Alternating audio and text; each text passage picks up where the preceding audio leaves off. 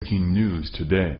Please subscribe and then check notification box to get all breaking news alerts. Full racist against whites. Watch. Procter & Gamble has really done it this time.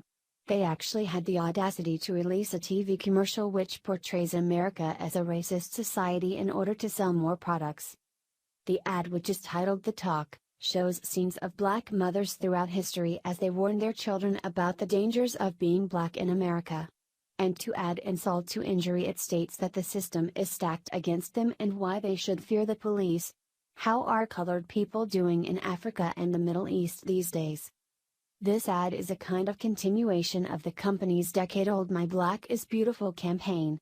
The commercial begins with a young black girl from what appears to be the mid-1940s as she is holding a white doll, telling her mother that a woman at the store told her she was pretty for a black girl. The mother responds that is not a compliment, you are beautiful, period. Okay? The next scene goes on to show a young black boy running away from a group of white boys, which transitions into a mother explaining to her son why there is nothing he can do to stop whites from calling him the N-word.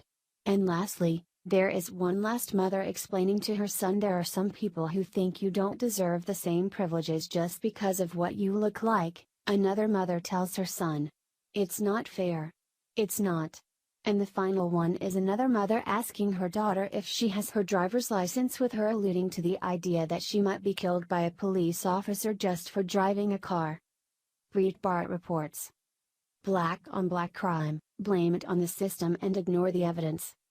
Supporters of criminal justice and sentencing reform tell us that prisons are overloaded with minority inmates, proving that the criminal justice system is racist. President Obama talks about it repeatedly, as do the sponsors of legislation pending in Congress which would retroactively reduce mandatory minimum sentences for drug traffickers and other violent felons. Because minorities, blacks and Hispanics, make up a disproportionate part of the prison population, their reasoning goes, it must be the police, prosecutors, judges, and juries whose innate racism prohibits minorities from fair treatment, resulting in their incarceration.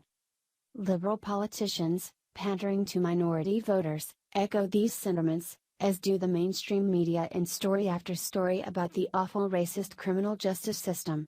Black Lives Matter, based on the lie that the police are a bunch of bigots who shoot black men indiscriminately, has earned an honored spot among leftist politicians, including Obama and both contenders for the Democratic presidential nomination.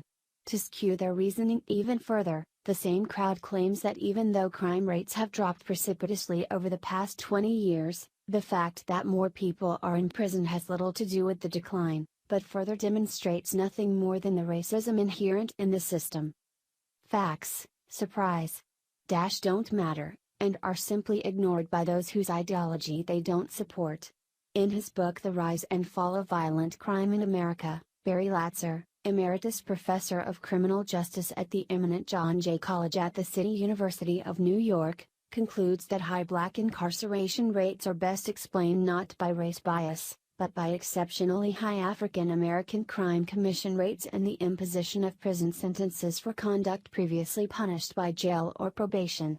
The book is meticulously researched and accessibly written by an author with the highest credentials and credibility, and is one of a few, if not the only book to synthesize questions of criminology with social history.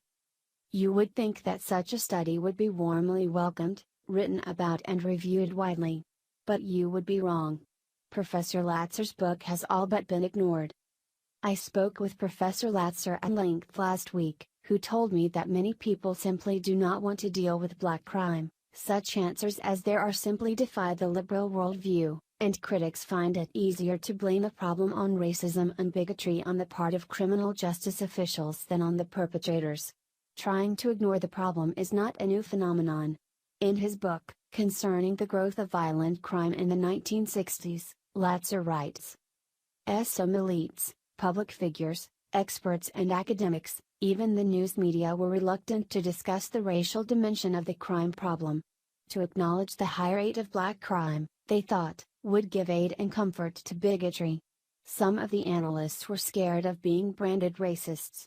Whatever the explanation, the result was the same, a denial of reality. Latzer's book should put an end to this denial of reality. It discusses all aspects of the tremendous increase in crime rates in the 1960s through the 1990s and the subsequent decline in those rates, and documents, with a thorough review of academic and government studies, FBI statistics, and much else, including the question of black